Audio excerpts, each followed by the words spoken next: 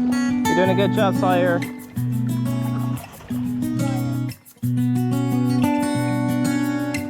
Welcome into another, come on, we're out walking the dog. Weird introduction. Also different kind of video. We're just going to do everything different today. Welcome to another Scruffy City fishing video. Today, and as I say in the next kind of intro section here, we headed out to the Leadville or Leadville coal tipple with the armada of kayaks. This is a fishing channel. There's very little fishing done on this trip, but I wanted to share it because it's just a really cool place. And sometimes when I'm out kayaking with the whole family, I do more exploring than fishing. But this coal tipple was built in the 1920s. Soon after, TVA constructed Douglas Dam, flooded the area, and the area we were paddling over, as I say, is an old rail bed. So did not get very much use, but the general idea of a coal tipple, and I'll share a picture here, is that a train would drive under it and coal would be dumped into the train. Pretty efficient, but like I said, this one did not get used very long. So she's sniffing.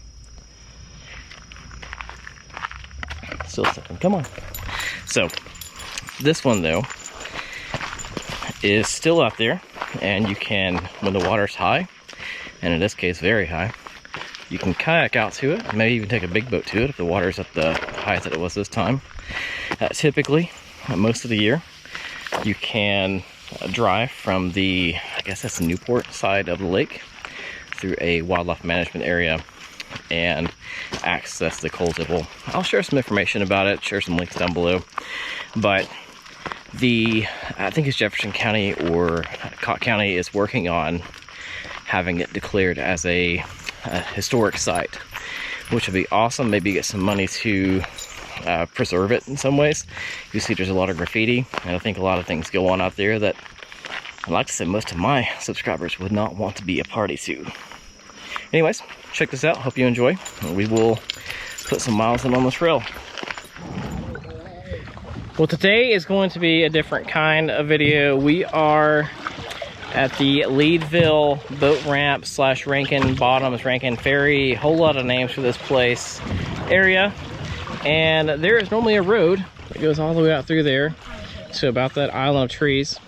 But as you can see, this is flooded out pretty good. Yesterday was downtown, floodgates were running on Douglas Dam, lots and lots of current. I can see some stuff floating out there. So Douglas Lake is officially at like a flood level. Never seen it like this, but maybe it will be good for fishing. It's certainly going to be cool for exploring some places you normally can't get to via kayak. So April, how deep is it now? Daddy, go! So, yeah, so she's over the roadbed. We're at 9 feet of water. This is Elise's first time paddling by herself. She's doing good. Annalise. Paddle with one hand. Here's a sign sticking up. I think this is like a regular size, like a stop sign. It's 5 feet deep.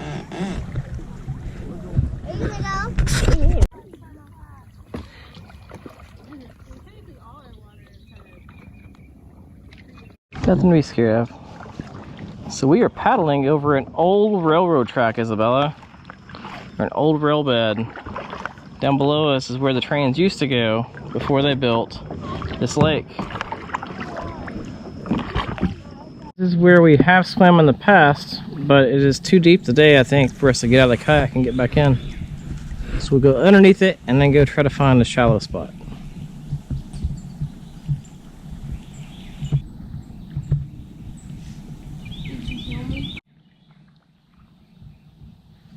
Yep.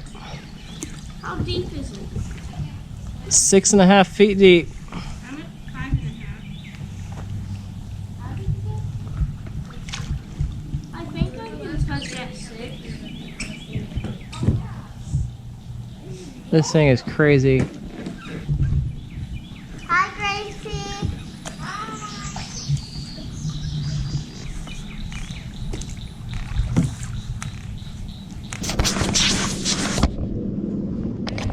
There we go. So this was built We think in the 200 BC by the Mayans, before they abandoned it and moved south. Isn't that right? Okay, hang on. Oh, it says 1925 on there. That's just when the white people discovered it.